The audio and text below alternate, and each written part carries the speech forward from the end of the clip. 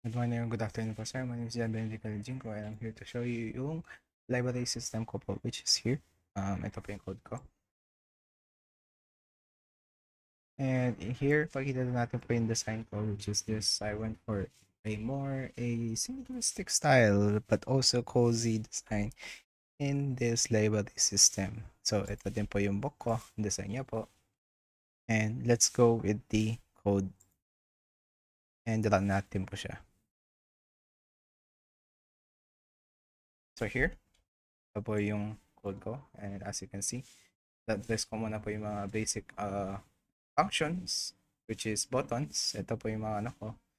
So, search and update are the new features that you told us in the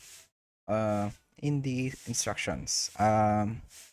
Here, pakita na natin po yung mga basic function and in here, I want to show you first yung pag wala pa pong mga book or any other things here. Kapag press ko po yung delete, ayan po, no book selected as well as for the update. Kapag wala po, kapag null, yun lang po. Wala po, error po siya. And if we add, kapag nag-add po ako, ito po yung mangyayari.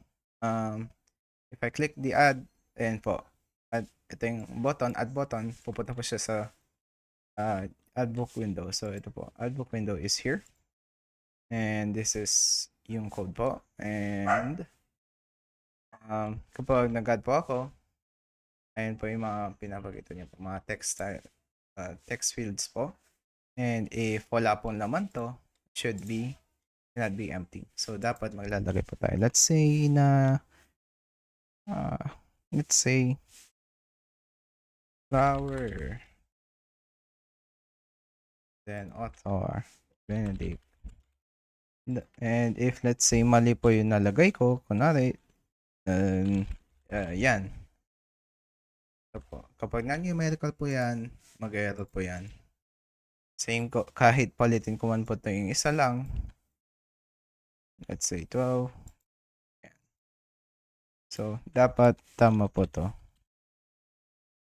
So, kapag nag-add na po, balik po tayo dito. Ayan. So, as you can see, wala pa po siya. Pero pag if you hit refresh, papakita po yan. And if makita po yun dito sa core system, ay sa library system, books, ayan.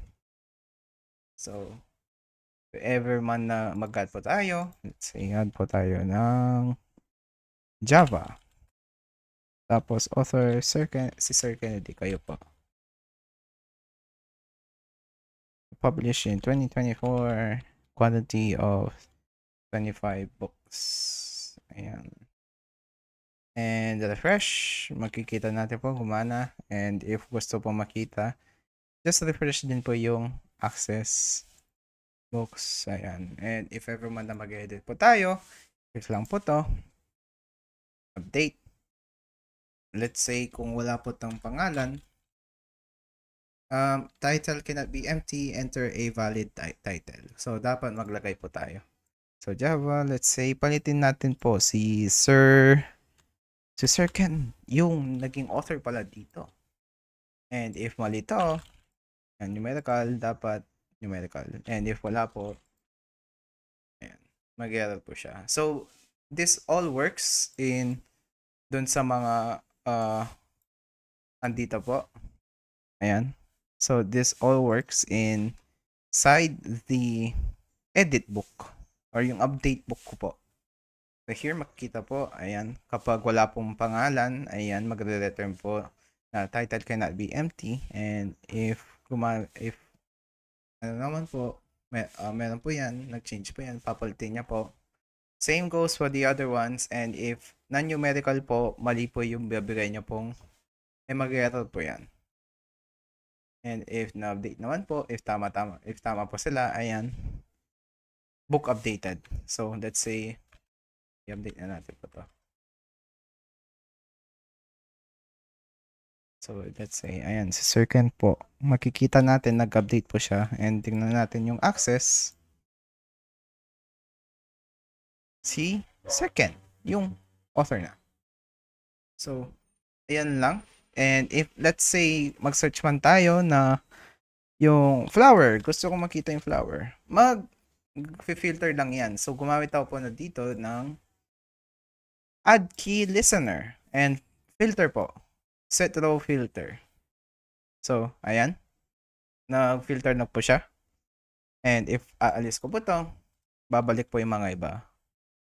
So, and if wala po akong hinit, no book selected, and if nag-click ako po, delete, book deleted, makikita natin po dito sa access, the book is deleted. So, yun lang po, sir. That's all for my library management system. Thank you for listening.